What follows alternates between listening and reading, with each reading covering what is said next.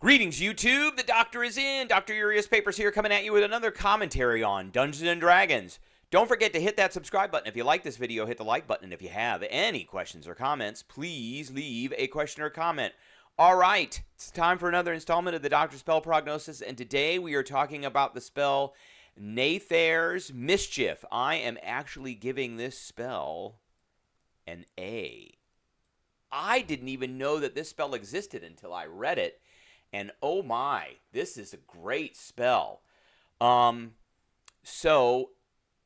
giving it an A. It is usable by bards, sorcerers, and wizards, which is a big swath of arcane casters. It's not usable by warlocks, but they could probably get it at some point.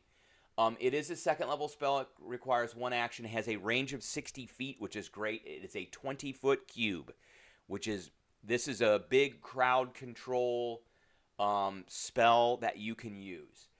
Somatic and verbal components. It lasts for a minute, and it does require concentration. And yes, you do want to concentrate on this spell. There is no attack or saving throw per se until an effect happens, and it is illusion school, and it does have the charmed effect. So you fill a 20-foot cube you see within range with Fey and Draconic magic. You roll on the table below. And because this is Fizban's Treasury of Dragons, this is Adventure League legal, which is, I can't believe, but it is. So you fill that cube, and then you roll on the table. So the cube appears, you capture a bunch of people in the cube, and you roll on the table to determine the magical effect. And you roll again at the start of each of your turns until the spell ends. So this thing lasts for 10 rounds. And then you can move the cube up to 10 feet before you roll. And that is not an action. So you cast this, and it's a cast and forget. And then you can just move it 10 feet. It's not a lot of movement, but you can kind of adjust it a bit. And because it's a cube, it's got a hard line determinant, so you could put it right up against the edge of an opponent who is in melee combat with one of your party members. So you roll the d4. If you get a 1, then they have to succeed on a wisdom saving throw or be charmed until you, by the start of your next turn, which means they won't attack you, but they might attack one of your opponents.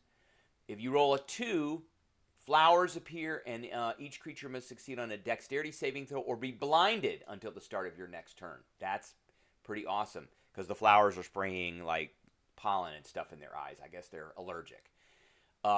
If you roll a 3, they have to do a wisdom saving throw, or they begin giggling until the start of the next turn.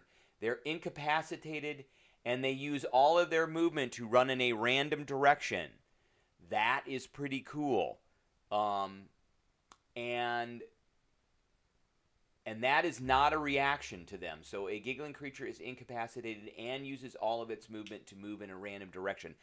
I'm not really sure how that works, because they can't take actions or reactions, but they can take a move. Yeah, okay. So I guess on their turn they'll move, and I guess that would be considered forced movement. So they probably won't incur attacks of opportunity. And then the last one is drop some molasses, hover in the cube, making difficult terrain until the start of your next turn. Every one of these is bad. Number 4 is not as bad as the other ones, but the other ones are horrible, and it happens every turn. And then you can adjust the cube where you want. Now, the only thing I would see wrong with this is if it starts getting in the way of your party members. But man, this is a fantastic control spell. This will mess things up every single round, and you can move it a little bit to adjust. This is a really, really good control, and it's at the start of your turn. At the start of each of your turns, this stuff happens.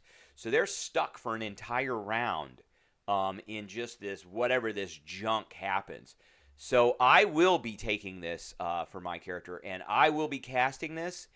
And I will be absolutely, when I cast this, I will absolutely be concentrating on this.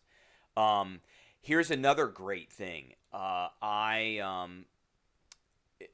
play a sorcerer warlock who has repelling blast. I could push stuff into this, because this is a bad place to be in. And they have a choice at that point. They can stay in it, or they can get out of it. And if they want to stay in melee range, I can adjust this thing to be at a place where if they're going to be in melee range, they're going to pay for it because they're inside of this. So I mean, there's all kinds of possibilities with it. So I think this is a great spell. All right, so that's what I got for everybody today. I appreciate everybody tuning in, and I will catch everybody later.